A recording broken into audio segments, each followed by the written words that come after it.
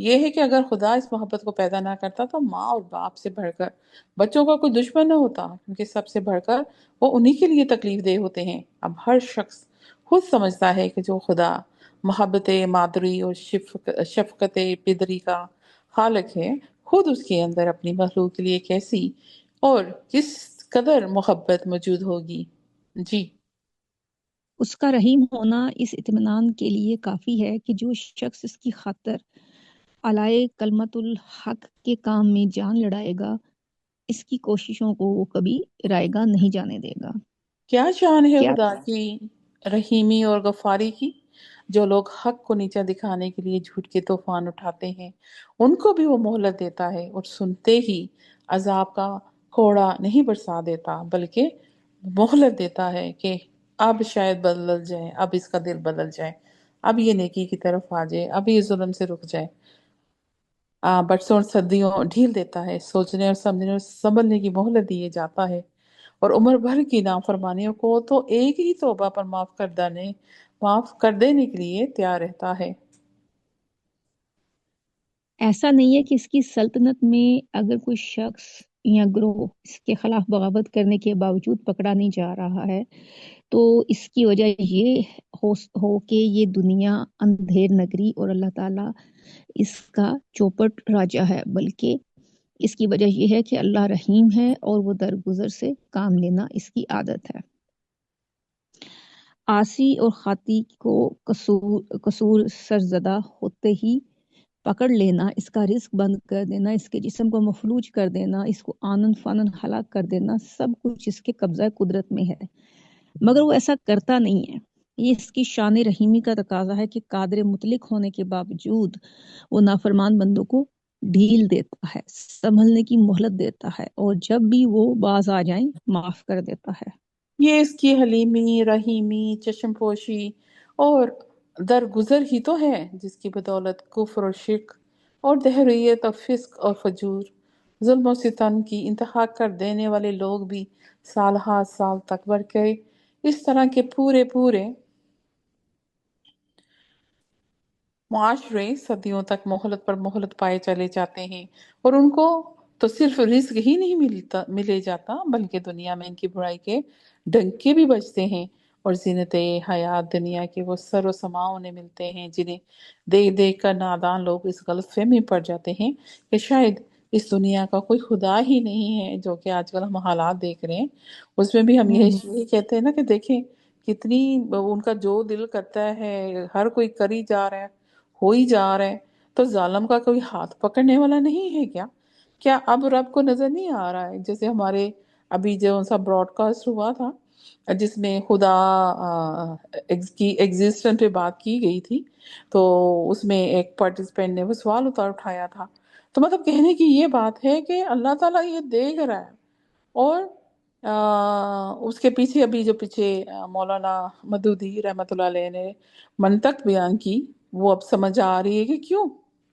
سورہ حامیم السجدہ آیت نمبر 2 میں اللہ تعالیٰ فرماتا ہے تنزیل من الرحمن الرحیم، خدا رحمان اور رحیم کی طرف سے نازل کردہ، اس کا نازل کرنے والا وہ خدا ہے جو اپنی مخلوق پر بے انتہا مہربان ہے، رحمان ہے اور رحیم ہے۔